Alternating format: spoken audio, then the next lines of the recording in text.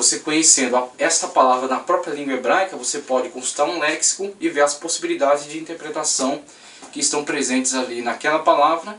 E se o léxico for bom, ele vai te indicar qual é a possibilidade mais adequada para aquele contexto. Então, recomendo para aqueles que querem conhecer mais acerca da língua, da fala, da intenção do autor do Antigo Testamento. Finalizando, outro material fundamental para você conhecer acerca do contexto do Antigo Testamento é você ter um bom atlas histórico e geográfico da Bíblia. Por exemplo, eu tenho em minhas mãos aqui o Atlas Histórico e Geográfico da Bíblia de Paul Lawrence, da Sociedade Bíblica também, da SBB.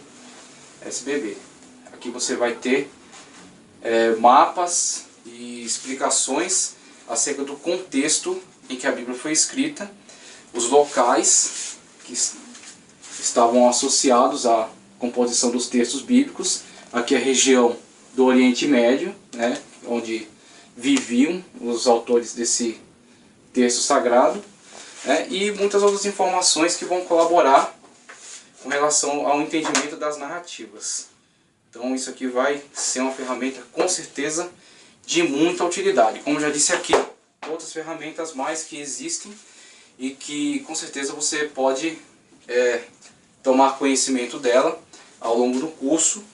Conforme eu for tendo outras referências, eu vou transmitindo aqui e frequentando uma boa livraria, uma livraria referendada de editoras de confiança, editora Vida Acadêmica, CPAD, Agnus. Você pode ter acesso a muitos outros materiais. Finalizando, acerca da composição dos textos, eu tenho aqui também um livro muito importante, um livro fundamental, de Joseph Angus, História, Doutrina e Interpretação da Bíblia, também da editora Agnus.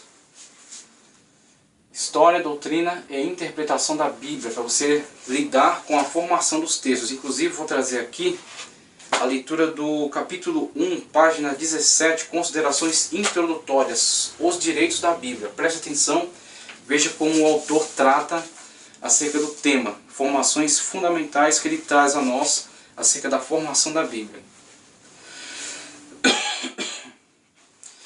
Mesmo sendo a Bíblia considerada como uma composição literária, é ainda assim o livro mais notável que o mundo já viu. Isso nós cremos, eu também concordo com esse ponto de vista.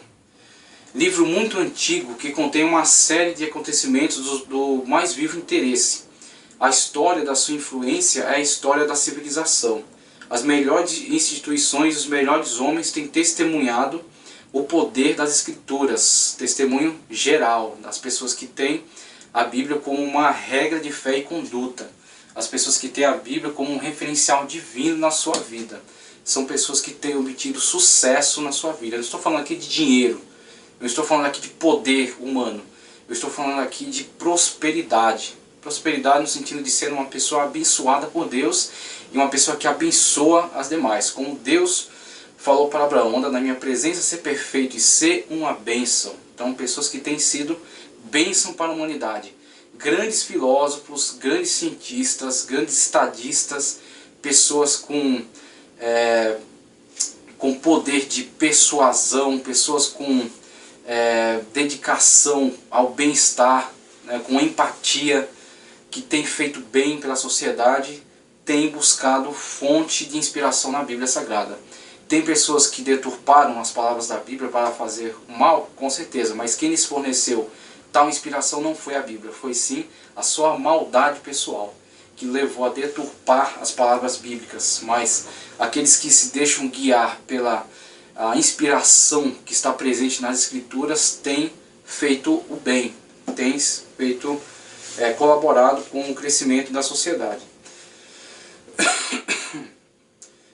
Então, os melhores homens têm testemunhado o poder das Escrituras como sendo um instrumento de luz e de santidade, e tendo sido as Escrituras preparadas por homens que falaram da parte de Deus, movidos pelo Espírito Santo, para revelarem o único Deus verdadeiro e a Jesus, a quem ele enviou. Tem a Bíblia, por este motivo, os mais fortes direitos à nossa atenta e reverente consideração.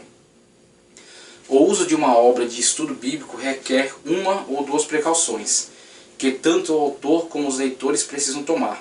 A primeira é que não devemos contemplar esse majestoso edifício da verdade divina apenas como espectadores. O nosso fim não deve ser admirar de fora tão bela obra, mas estar dentro dela, inseridos dentro dela, para podermos crer e obedecer. Veja só que a Bíblia tem um objetivo, não é ser simplesmente uma construção acadêmica, um livro contemplativo, né, de ter um conhecimento decorativo. Aquilo que se entende na Bíblia Sagrada é aquilo que se deve praticar na Bíblia Sagrada. Então o texto sagrado perde toda a sua força se ele for simplesmente lido. Você ler a Bíblia para ter conhecimento acerca da Bíblia. Não vai surtir qualquer efeito, a Bíblia não vai fazer significado para você. Agora, quando você estuda a Bíblia Sagrada do ponto de vista daquele que pretende pôr em ação aquilo que é recomendado, aí você vai ver o poder que tem a Bíblia Sagrada na sua vida, a mudança que ela vai causar na sua história e como ela tem, de fato, uma inspiração divina. Você vai sentir a inspiração divina que está presente nela. Nesta íntima comunhão e obediência, desfrutaremos da beleza dos seus tesouros, privilégio concedido apenas aos humildes e aos de alma caridosa. Inclusive, nesse trecho aqui eu me lembro das afirmações de Agostinho, de Aurelius Augustinus, o grande teólogo de Hipona, que era na verdade um grande orador da sua época. Ele ensinava oratória, ele foi para a Itália em busca de crescimento, ascensão social, e a sua mãe já era convertida ao cristianismo, inclusive lutava, batalhava pela conversão dele, e ele confessa que antes da sua conversão ele encarava a Bíblia Sagrada como um livro muito simples, um livro simplista, um livro desprovido de conhecimento profundo, desprovido de sistematizações complexas, e isso levava ele a desprezar a Bíblia Sagrada. Só que quando ele teve o chamado, quando ele sentiu o toque, a necessidade do ser divino, a necessidade da presença de Deus na sua vida, foi somente através do contato com a Bíblia Sagrada que ele encontrou a realização disso que ele buscava. Aí sim a Bíblia Sagrada ganhou para ele uma amplitude muito maior. A Bíblia Sagrada se mostrou para ele como um livro detentor da profundidade divina, detentor da inspiração divina, da presença de Deus. É o único livro em que quando você abre para ler, o autor está presente. Quando você está buscando com humildade a inspiração divina, está buscando com humildade o conhecimento divino, o relacionamento com Deus. Deus está presente na leitura da Bíblia Sagrada. É a boca de Deus falando. Então por isso que ela ganha todo este relevo, ela ganha toda esta importância, essa magnitude. Não em questões sistemáticas. Muitos filósofos foram muito mais sistemáticos que a Bíblia. Tiveram construções filosóficas, textuais, literárias, muito mais complexas do que a Bíblia. Só que nenhuma delas carrega em si a inspiração e a vida que a Bíblia Sagrada carrega. Então, este é o seu grande poder, este é a sua grande importância. Nesta íntima comunhão e obediência, desfrutaremos da beleza de seus tesouros, privilégio concedido apenas aos humildes e aos de alma caridosa. É necessário que haja uma verdadeira união com aquilo que queremos conhecer, se desejamos ter o conhecimento essencial. Em segundo lugar, o estudo de um livro auxiliar das Escrituras não deve confundir-se com o estudo das próprias Escrituras. É necessário se fazer essa distinção. Todas essas recomendações que eu fiz aqui são materiais auxiliares da Escritura. Eles se prestam a te fazer compreender melhor o texto, o contexto bíblico, a cultura bíblica, a formação dos textos, a situação histórica do momento, a situação social do momento, mas eles são todos auxiliares e por isso menores. O importante, o fundamental, o essencial é a própria Escritura Sagrada, a própria Bíblia. Primeiramente a Bíblia, depois os auxiliares para te levarem a compreender melhor a Bíblia. Essa é a questão. Os livros auxiliares podem ensinar-nos a olhar para a verdade, quanto à sua posição e proporções, mas somente a entrada no edifício da verdade nos fornecerá a luz. Essa entrada é que nos conduz aos mananciais da salvação. Supor alguém que a simples visão da água corrente, ou mesmo do lugar onde ela nasce, nos poderá saciar a sede, é enganar tristemente a si mesmo, ou revelar a mais profunda ignorância. O fim, pois, dos nossos labores é tornar mais claro e impressionante o livro de Deus, o livro por excelência que se chama Bíblia Sagrada. Então, muito sábias as palavras aqui de Joseph, e ele nos mostra quão distantes estão alguns teólogos desta verdade, que se perdem no estudo de auxiliares, de intérpretes, de grandes vultos, grandes figuras que falaram acerca da Bíblia, mas colocam essas pessoas e seus escritos num patamar tão alto que eles são capazes até de manipular a Bíblia para atender às interpretações, às elucubrações, né, às sistematizações destes personagens. Nenhum teólogo tem importância tal que se iguale à Bíblia. Se algum teólogo não contribuir no conhecimento, na compreensão clara acerca da Escritura, esse teólogo torna-se obsoleto, torna-se inútil e ficamos assim com aquilo que a Escritura diz objetivamente. Então é isso que eu quero trazer aqui na aula de introdução. Vamos estudar a Bíblia, acerca do seu material, acerca da sua formação, dos seus autores, o contexto em que foi composta, a importância que ela tem para nós. E vamos ver assim, com esse estudo, ter uma visão cada vez mais clara, cada vez mais ampla e cada vez mais objetiva acerca da importância deste livro e acerca daquilo que ele tem a nos fornecer, né?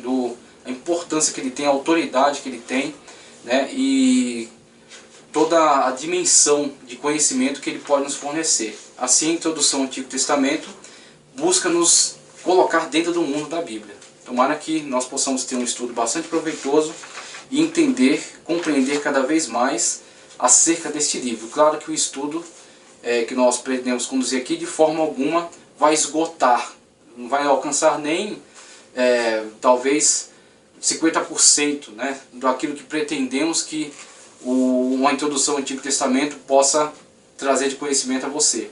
Mas uma coisa nós fazemos, instigamos, nós estamos instigando você a querer mais, a buscar mais, a estudar mais. Quanto mais você estudar, mais compreender. Quanto mais compreender, mais você vai estar inteirado das coisas de Deus. E assim você vai poder estar seguro e também tornar mais pessoas seguras acerca do que é a grandeza da palavra de Deus. Como Pedro falou na sua carta, né? Para estar tranquilos e apresentar de forma racional, de forma clara, objetiva, a razão da nossa fé. Então, com isso, nós buscamos exatamente esse tipo de comportamento. O autor vai dar estratégias, né? Muito bom, a estratégia é muito boa e que deveria ser usada. Exatamente, deveria ser aplicada ainda hoje. A inteligência que eles tinham aí para um pouco dedicado ao conhecimento, ao aprendizado. Então, continuando a página 3, nós temos aqui línguas em que a Bíblia foi escrita. Línguas em que a Bíblia foi escrita.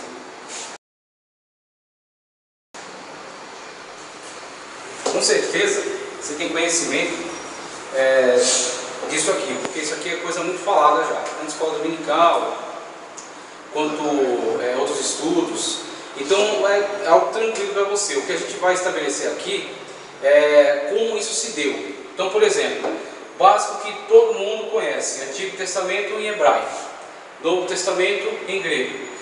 O Novo Testamento nós vamos estudar na matéria sequente, Introdução ao Novo Testamento. Agora, o Antigo Testamento. O Antigo Testamento hebraico. Agora, o que acontece? O hebraico ele é uma língua semita. A língua semita está associada a outras línguas que também são semitas. Por exemplo, o árabe, que é falado hoje lá no Oriente Médio, uma língua semita, aparentada do hebraico. Tem características próprias e tem uma origem relacionada a um determinado povo. Claro que faz menção a Sem, dos filhos de Noé, Sem, Cã e Jafé. Dentre esses que povoaram esta região, os semitas deram origem a algumas línguas. Dentre elas temos o aramaico, e aí eu vou até aproveitar um outro mapa que eu tenho aqui, para mostrar as regiões. Acho que esse tipo de estudo que a gente faz aqui, ele é muito importante com materiais, porque só fala fica um pouco desconexo. O bom é você mostrar, apresentar alguns materiais. Se eu pegar aqui um mapa de Oriente Médio, que é o maior, para poder a gente exemplificar aqui a origem dessas linguagens, dessa forma de linguagem. Então temos aqui, esse aqui ainda está resumido. Vou pegar um amplo, que seja mais amplo. Aqui, esse mapa aqui, por exemplo. Temos um mapa aqui mais amplo, que tem regiões diferentes. O que acontece? Com esta língua, nós temos que ver o seguinte: Sem cães de Jafé, que deram origem, povoaram, repovoaram a terra e deram origem a culturas diferentes. Cã, por exemplo, foi o ancestral de Canaã. Canaã é o povo nativo da terra de Israel. Antes de Israel ser liberto do cativeiro babilônico e regressar para sua terra, ele peregrinou, né, através de Abraão, que foi o seu ancestral, que foi chamado da cidade de Ur dos Caldeus, que ficava nessa região, o que hoje aqui é o Iraque, aqui é o Irã. Abraão foi chamado de Ur dos Caldeus e peregrinou pela terra. Quando Abraão chega na região que hoje é a Palestina, que veio a ser o reino de Israel, já havia pessoas lá, já havia populações lá. Então, você lê em Gênesis, você vê inclusive que ele teve que se relacionar com as pessoas que tinham lá. Havia pequenos reinos, a principal organização dessa região eram cidades-estado. Temos, por exemplo, Gomorra, Sodoma, os Cavaleiros de Manré. Todas essas regiões eram pequenos reinos, pequenos potentados, cada um governado por um rei que mandava de forma limitada naquela região. Ele tinha que estabelecer alianças entre eles para poder sobreviverem aos ataques dos reinos maiores. Então, quando temos, por exemplo, o ancestral de Israel, era semita, Abraão, Abrão, no caso, como foi chamado aí, de Sem, exatamente, que povoaram principalmente esta região aqui. Ele é chamado de Ur dos Caldeus, ele peregrina pela terra, e quando ele chega na Palestina, já há pessoas lá, descendentes de Cã, que aí você vai ver nas listas genealógicas, Cã deu origem a Canaã.